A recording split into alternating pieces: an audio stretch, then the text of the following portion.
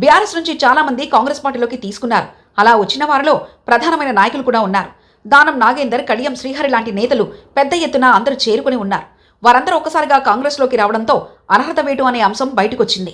10 మంది ఎమ్మెల్యేలపై అప్పట్లో అనర్హత కోసం దారి పడింది.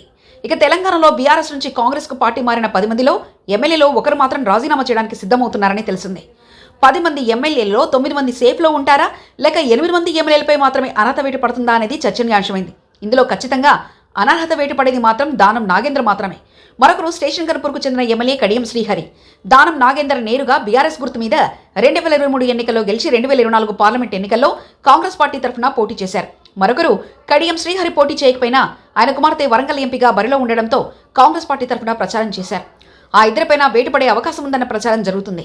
మిగిలిన వారిపై ఎలాంటి ఆధారాలు లేవని చెప్తున్నారు. అయితే కడియం శ్రీహరి విషయంలో కొంత పట్టుబిడుపులకు వెళ్లే అవకాశం ఉంది. ఇప్పటికే దానం నాగేంద్రకు న్యాయ నిపుణులు ఇచ్చిన సలహా మేరకు అనర్హత వేటు పడకముందే రాజీనామా చేయడం మంచిదని సూచిస్తున్నారు. ఆయన త్వరలోనే రాజీనామా చేసే అవకాశం ఉందని సమాచారం. ఈ ఇద్దరికి స్పీకర్ నోటీసులు జారీ చేయడంలో వీరిద్దరిలో ఒకరు రాజీనామా చేసి ఎన్నికలకు వెళ్తారా, లేక ఇద్దరు వెళ్తారా అనేది తెలియాల్సి ఉంది. అయితే దానం నాగేంద్ర మాత్రం ఖచ్చితంగా రాజీనామా చేసే అవకాశాలున్నాయని తెలిసింది. ఇప్పటికే 8 మంది ఎమ్మెల్యేలను విచారించిన స్పీకర్ గడ్డం ప్రసాదరావు తీర్పును రిజర్వ్లో ఉంచారు. వీరిద్దరూ విచారణ పూర్తయిన తర్వాత తీర్పిచ్చే అవకాశం ఉంది. సుప్రీంకోర్టు అనర్హత వేటుపై గడువు మరో 4 వారాలు పొడిగించడంతో ఈలోపు దానం నాగేంద్ర రాజీనామా చేస్తారంటున్నారు. త్వరలోనే తన రాజీనామా లేఖను స్పీకర్కి ఇవ్వడం, ఆయన ఆమోదించడం జరిగిపోతున్నాయంటున్నారు. కడియ శ్రీహరి విషయంలో మాత్రం ఆలోచనలో ఉన్నారని, ఆయన తప్పిస్తారని ఇప్పటికే కేటీఆర్ అనుమానం వ్యక్తం చేశారు. ఈ నేపథ్యంలో మరో ఉప ఎన్నిక తెలంగాణలో రావడం ఖాయంగా కనిపిస్తుంది.